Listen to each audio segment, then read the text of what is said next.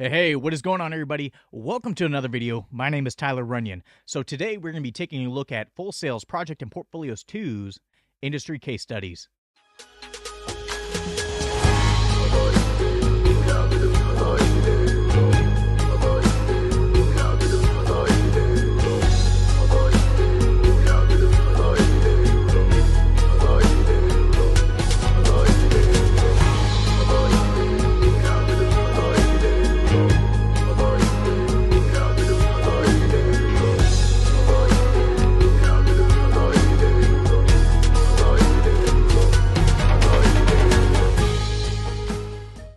So to briefly summarize, what we were pretty much tasked out with this month was we're exploring the realm of audiovisual and implementing audio into open source broadcasting software such as OBS, as well as capturing any type of visuals that are on screen, kind of tailored in with your audio, which has been awesome.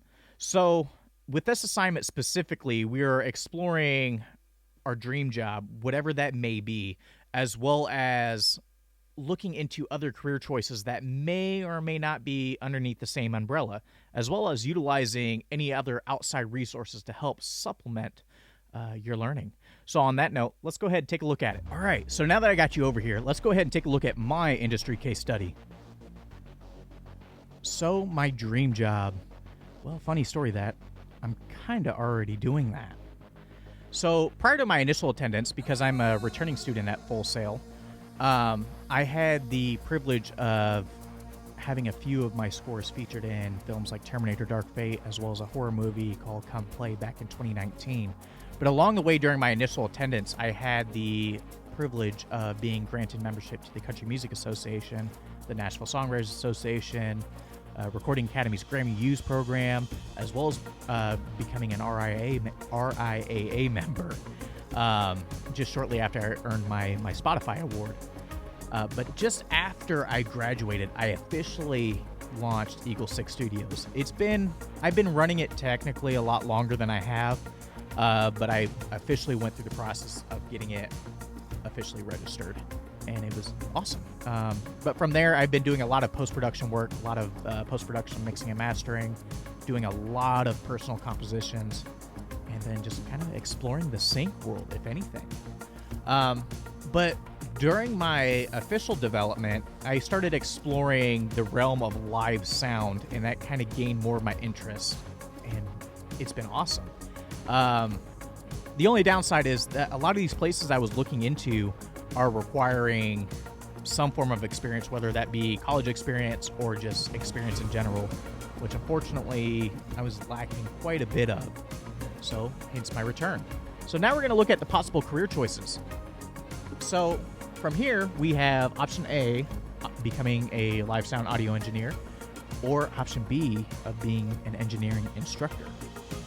So when we look at the basic audio engineer, this role is capturing pretty much everything that's done in the studio just in a live sound environment.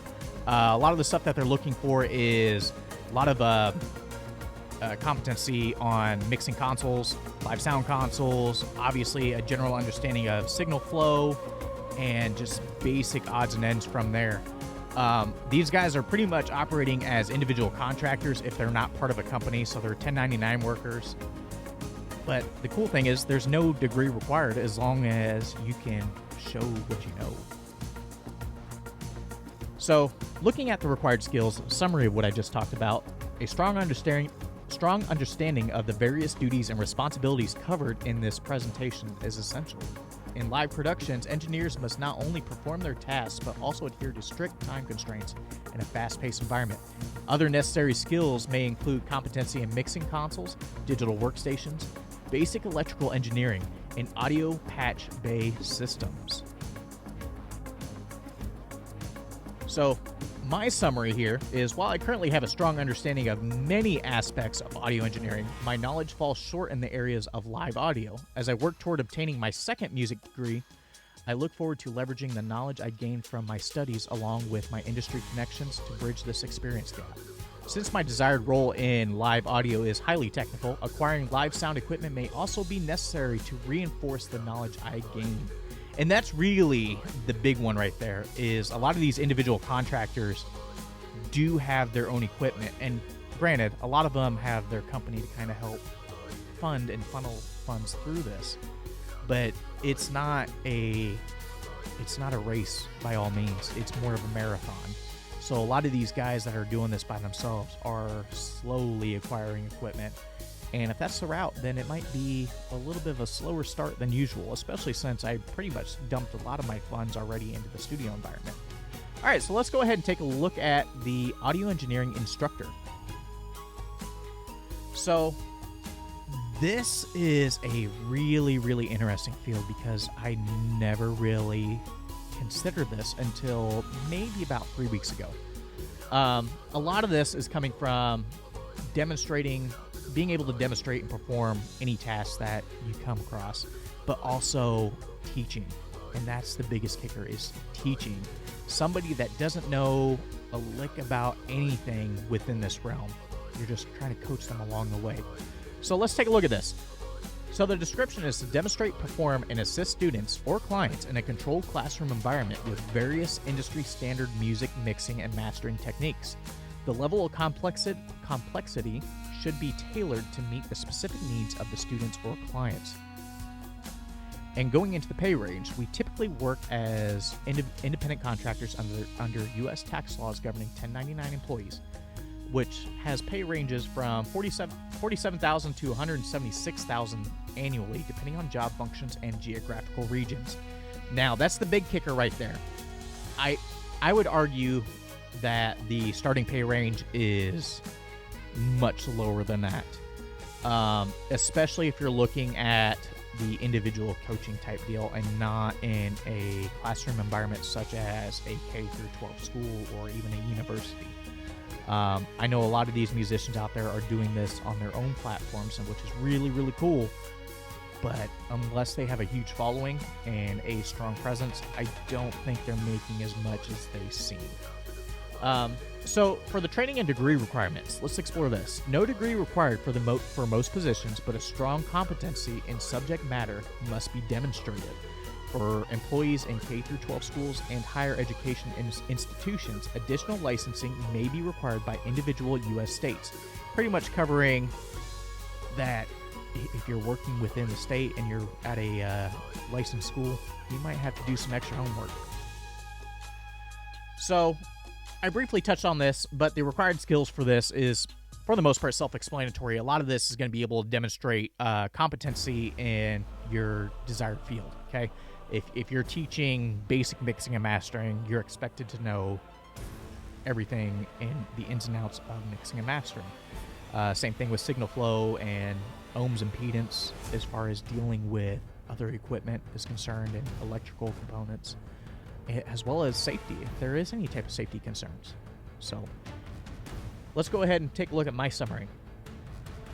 While teaching was not my initial career choice, I enjoy helping others learn the technical tasks in audio engineering. Due to my foundation in audio engineering, I may consider to further deepen my expertise in areas relevant to the classroom instruction. Since my desired role is focused on the technical aspects of audio engineering, reinforcing this knowledge, tongue-tied, let's go back. Reinforcing this knowledge through practical applications in a classroom setting could be key to my continued success. And that's really what it comes down to, is I just need to reinforce everything that I got. So let's take a look at the related leaders. Warren Huart. So this guy is a huge YouTube as well as just social media in general. He's a huge presence on these platforms. A lot of the stuff that he goes through is he does individualized coaching, and he teaches things at a very Barney style level, for lack of a better word. He slows things way down to the point where if you as the individual don't know a whole lot of the studio realm, he's going to make it make sense, and he's going to make it make sense for you, which is really, really awesome. He does offer one-on-one coaching for a premium, but overall, a lot of the stuff that he offers is for free on YouTube, believe it or not. He's based out of LA, and I believe he was originally from the Netherlands as a music instructor, believe it or not, which is really cool. I think I included a nice quote in here for him as well.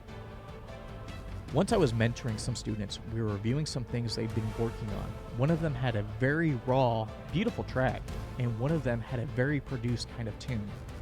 I played the raw one first and loved it. Before I played the more produced track, the artist sort of apologized and said, "Oh, mine's a bit different than the last one." "I don't mind that," I told them. "It's okay to use your tools excessively as part of your development. Because if you're pursuing them really hard, let's go back. Because if you're pushing them really hard, you'll naturally learn how to use them properly going forward." Sorry I butchered that, but I think that's a wonderful quote from him. But yes, again, summarizing, I could see myself doing some sort of instruction type work someday down the line if it really comes down to it. Definitely I feel comfortable teaching the basics, but when it comes down to some of the more complex type moves that I typically do, some of the stuff is more second nature to me, no different than talking. And it's really hard for me to describe why I'm doing certain moves and making certain decisions while I'm in the moment when I know for a fact this is what a project might need. I think it could help reinforce some things that I've learned, especially if I'm teaching, but I don't know. We might take a look at it. All right, next one is Justin Stiepleman. He is an audio engineer. He's a live sound audio engineer. I believe he's out of Nashville, Tennessee. He's been focusing more on monitoring more than anything. He's a monitoring engineer for several local bands as well as several local events. I believe he's been touring quite a bit as well, which has been awesome. It's awesome to hear a fellow Full Sail grad really taking the reins and taking his career by storm. But I really liked what he said as far as down here in the second paragraph. While in an interview with a representative from Full Sail University, he noted both the challenges and rewards that come with fulfilling a role like this.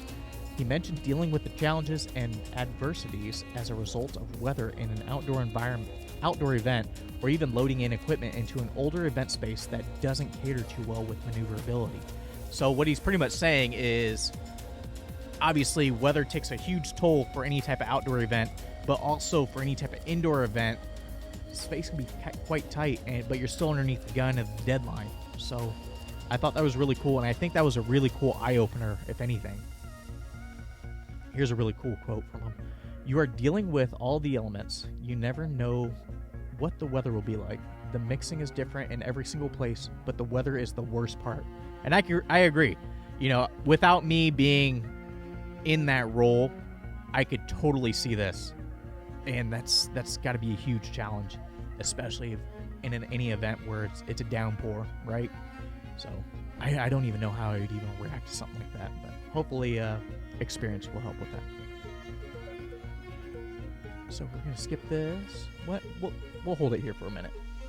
So while reading about Justin Stiepleman's experiences, I can definitely see myself in a similar role, especially considering my growing interest in live sound.